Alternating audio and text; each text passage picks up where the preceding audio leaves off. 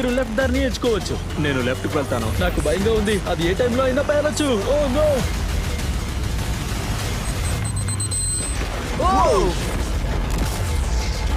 Alright, అయిపోయింది పని. ఒక కారు పోయింది, ఇంకా 4 మిగిలిన్నాయి. కానీ ఈసారి $25,000 లైన్ లో ఉన్నాయి. సరే స్టార్ట్ అవుతున్నా.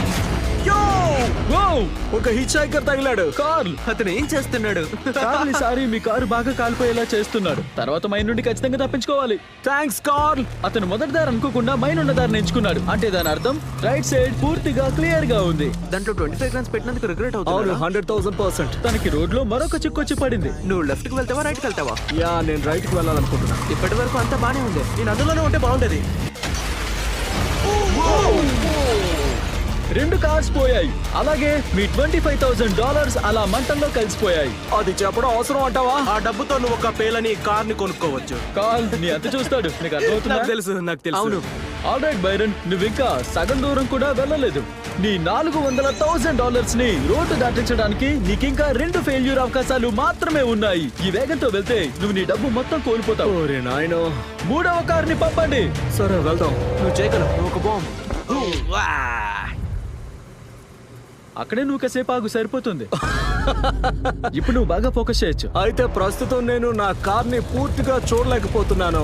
ఓ పిచ్చెక్కుతోంది. అసలు మైండ్స్ ఎక్కడున్నాయో తెలియక ఏ క్షణమైనా పేలొచ్చు. అయ్యో, నేను చూడాలనుకోవడం లేదు. నువ్విప్పుడు 50-50కి చేరుకున్నావు. పెద్ద నిర్ణయం. నువ్వు రైట్ వెళ్తున్నావు కదా? అవును. నా హార్ట్, ఓ మై గాడ్. నాకు చాలా భయంగా ఉంది. మర్చిపోకు, నువ్వు నీ ఖాళీ కార్లతో ఎన్ని ఎక్కువ మైళ్ళు ట్రిగర్ చేస్తే చివరి డ్రైవ్ లో నీ $4,00,000 అంత సురక్షితంగా ఉంటాయి. అవును. ఇప్పటి వరకు అంత బానే ఉంది. ఏం ఆలోచిస్తున్నావు? నేను నా లెఫ్ట్ కి వెళ్తాను. లెఫ్ట్ ఎందుకు వెళ్ళాలనుకుంటున్నావు? ఇది కష్టమైన రౌండ్. కష్టమైన సరే నేను చేస్తా. తను కూడా అదే చెప్పింది. కార్లు, ఇది సీరియస్ మూమెంట్. సారీ, ఆత్రం ఆపుకోలేదు. అవును, సగం దాటింది. ఇప్పటి వరకు బాంబు లేదు, కానీ ఫినిష్ లైన్ కి చేరుకునే లోపు చాలానే ఉండొచ్చు. ఒకే దారిలో ఉండాలి. ఓ, అతను పట్టించుకోవడం లేదు.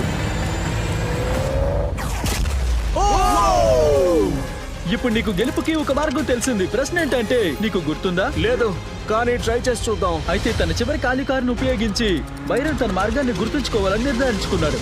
బాగా చేశావు.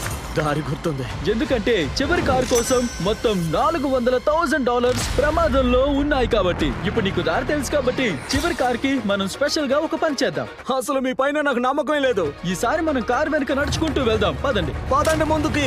సో ఒకవేళ పొరపాటున అతను మైన్ ట్రిగర్ చేస్తే మన ముందే కార్ పేలడం చూడడానికి చాలా బాగుంటుంది. నువ్వు వెళ్ళిన దారి ఖచ్చితంగా ఇదేం తెలుసా? అవును. లిటరల్లీ మనం ఇప్పుడు 2 గన్నుల మధ్య ఉన్నాం. అక్కడున్న వ్యక్తి మన సేఫ్టీ ఎక్స్పర్ట్. మమ్మల్ని వెనకుండమని చెప్తూనే ఉన్నాడు. కాబట్టి బైరన్, నువ్వు కూడా వెనకుండు. ఎందుకు సేఫ్టీ ఎక్స్పర్ట్? కార్ల్, జిమ్మీ, పక్కనుండు. నువ్వేం చేస్తున్నావు? మనం మైండ్ ఫీల్డ్